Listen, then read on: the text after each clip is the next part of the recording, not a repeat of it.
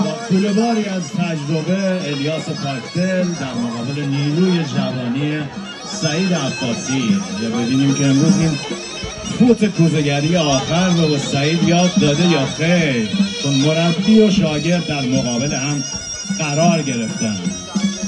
کشتی تو سرشاخت ادامه پیدا میکنه. هر دو میخوان که یه لحظه پاک میکنه الیاس پاکدل و یک امتیاز فنی رو از آن خودش میکنه. سعید عباسی جوان محجوب و جویای نام در مقابل الیاس پاکدل،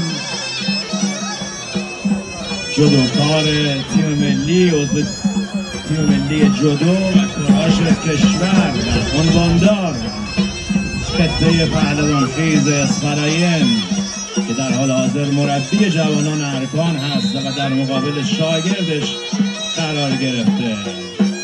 یه بار دیگه سعید عباسی چهره رو بدن دستاش مثل گازنبر میگیره و یه بار دیگه